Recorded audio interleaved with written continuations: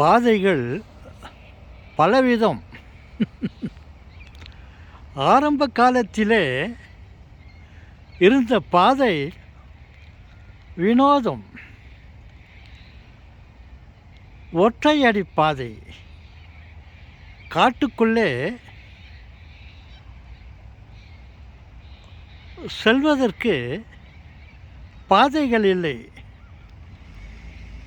ஒற்றையடி பாதை.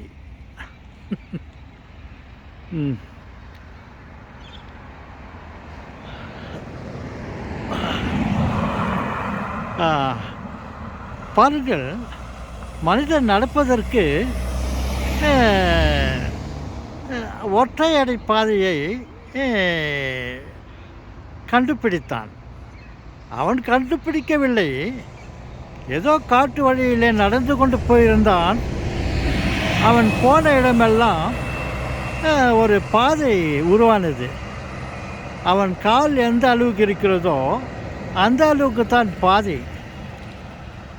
எப்படி எறும்புகள் வரிசையாக ஒரு கல்லின் மேல் போக போக அங்கே பாதை உருவாகிறதோ, அந்த மாதிரி மனிதன் காட்டுக்குள்ளே நடந்து கொண்டு இருக்கும்பொழுது அங்கே ஒரு பாதை ஏற்பட்டது.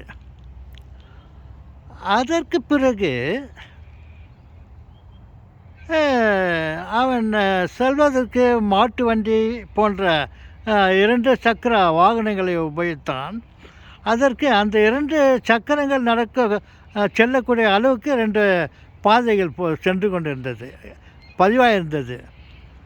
அதற்கு பிறகு பாருங்கள், நம் கன்னியாகுமரியிலே காணப்படும் இந்த தார் ரோடு, பஸ்வே மாதிரி இந்த மாதிரி ஒரு பாதைகளை அமைத்தார்கள். என்ன அழகாக கார் வருகிறது.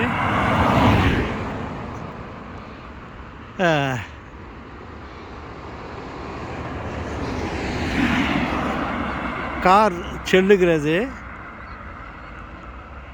இப்படி பாதைகள் உருவானது. அதன் பிறகு தண்ணீர் இல்லை, பாதைகளை அமைச்சான். ஆகாயத்தில் பாதைகளை அமைச்சான்.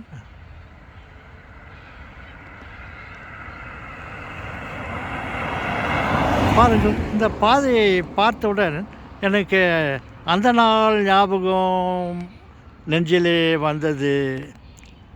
இந்த நாள் பாருங்கள், தரை மார்க்கம், கடல் மார்க்கம், ஆகாய மார்க்கம், இந்த மாதிரி பலவிதமான மார்க்கங்கள், பாதைகள் உருவாகியிருக்கிறது.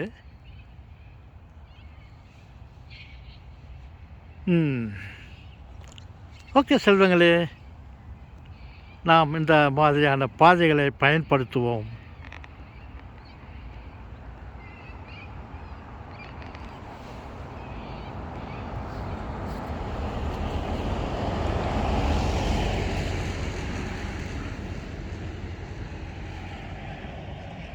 பாருங்கள், பாதை நடைபாதை.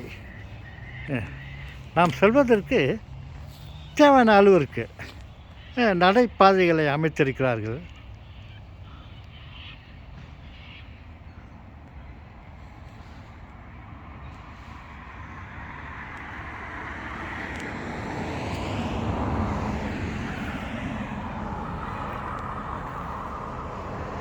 மாலை நேரம் மிகவும் நன்றாக இருக்குது, குளுமையாக இருக்கிறது.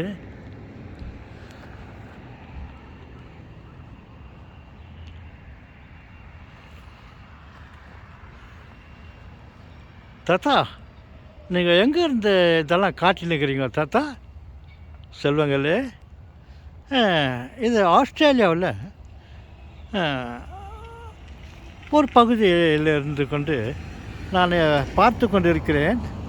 அவைகளை உங்களுக்கும் காண்பிக்கிறேன். எப்படியெல்லாம் பரந்த வெளி இருக்கிறது பார்த்தீர்களா? அதற்கு அங்கே மனிதர்கள் செல்வதற்கு, நடமாடுவதற்கு அருமையான பாதைகளை அமைத்திருக்கிறார்கள். ஓகே செல்வங்களே.